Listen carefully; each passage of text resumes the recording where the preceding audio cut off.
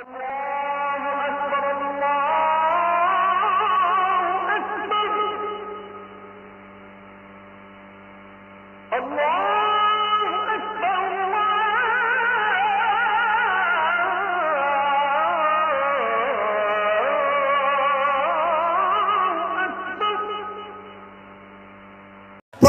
Doctor Yunus সাহেব এবং অন্তর্বর্তীকালীন সরকারকে আমরা একটা বার্তা দিয়ে দিতে চাই।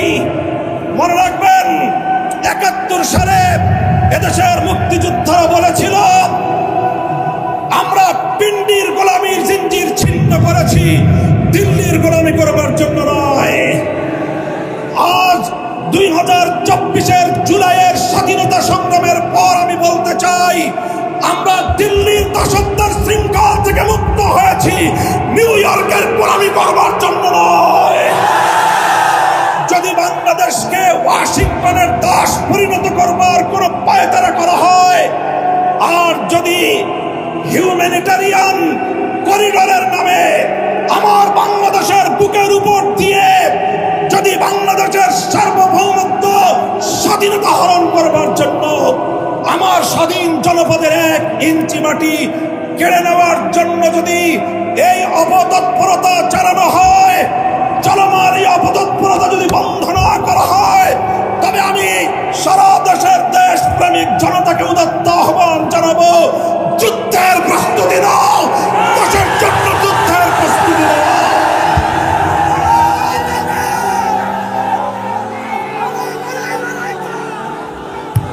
আমরা আমার দেশের প্রতি ইঞ্চি মাটি আমার জায়নামাজের মাটি।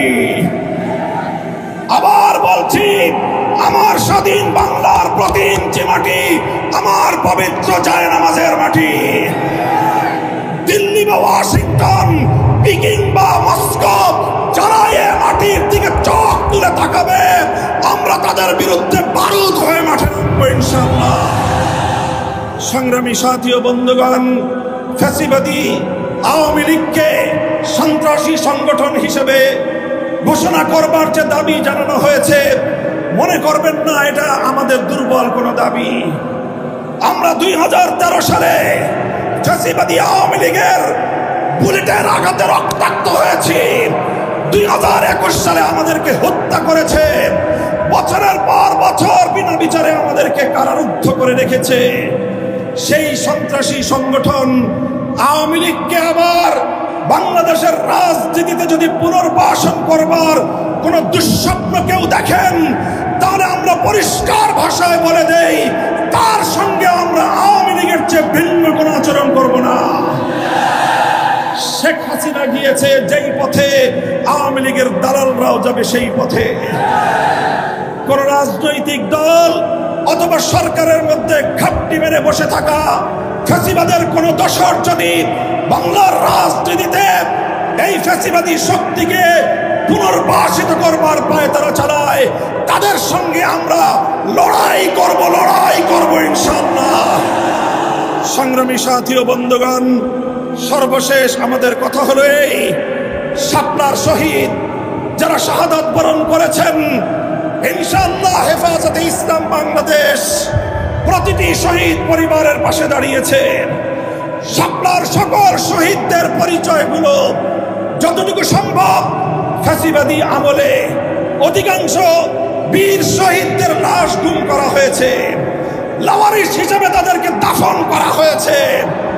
সরকারের তৎকালীন গোয়েন্দা সংস্থার কাছে যদি তার কোনো তথ্য থেকে থাকে, আমি বর্তমান সরকারের কাছে দাবি জানাবো, আমার শাপলা চত্বরের বেওয়ারিশ হিসেবে দাফন হওয়া প্রতিটি লাশের সর্বশেষ ভেরিফিকেশন এবং যাচাইয়ের কাজ চলছে। ইনশাআল্লাহ আমরা শাপলার রক্তে রঞ্জিত এই মে মাসের মধ্যে হেফাজতে ইসলামের পক্ষ থেকে আমাদের ভেরিফাইড সেই সকল বীর জাতীয় শহীদদের পরিচয় এবং তাদের গৌরবগাথা ইতিহাস জাতির সামনে আমরা তুলে ধরবো ইনশাআল্লাহ। সেই সকল রক্তেরাঙা শাপলার বীর শহীদদের স্মৃতি বিজড়িত ইমানের দুর্দমনীয় কাফেলা, শাপলা চত্বরের শহীদি কাফেলা হেফাজতে ইসলাম বাংলাদেশকে আমি আজ বাংলাদেশের স্বাধীনতার অতন্দ্র প্রহরী হিসেবে হিসাবে ঘোষণা করতে চাই। আমরা বলতে চাই বাংলাদেশের ইসলাম এবং স্বাধীনতা এক সূত্রে গাঁথা। বাংলাদেশের ইসলাম এবং স্বাধীনতা এক সূত্রে গাঁথা। যারা বাংলাদেশে ইসলামের উপর আঘাত করে তারাই স্বাধীনতার দুশ্মন, তারাই স্বাধীনতার শত্রু। আগামী দিনে দেশ এবং ইসলাম স্বাধীনতার এই শত্রুদেরকে যেখানেই পাওয়া যাবে সেখানেই প্রতিহত করতে হবে, সেখানেই প্রতিহত করতে হবে। যদি এজন্য আমাদেরকে আরো জীবন দিতে হয়, যদি এজন্য আমাদেরকে আরো রক্ত দিতে হয়, আরো ত্যাগ আর কোরবানি স্বীকার করতে হয়, যদি আরো বড় করে নজরানা পেশ করতে হয়, শাহাদাতের রক্ত দেওয়ার জন্য জীবন বিপন্ন করে দেশ এবং ইসলামকে রক্ষা করার জন্য আল্লামা বাবু নগরীর হাতে শপথ গ্রহণ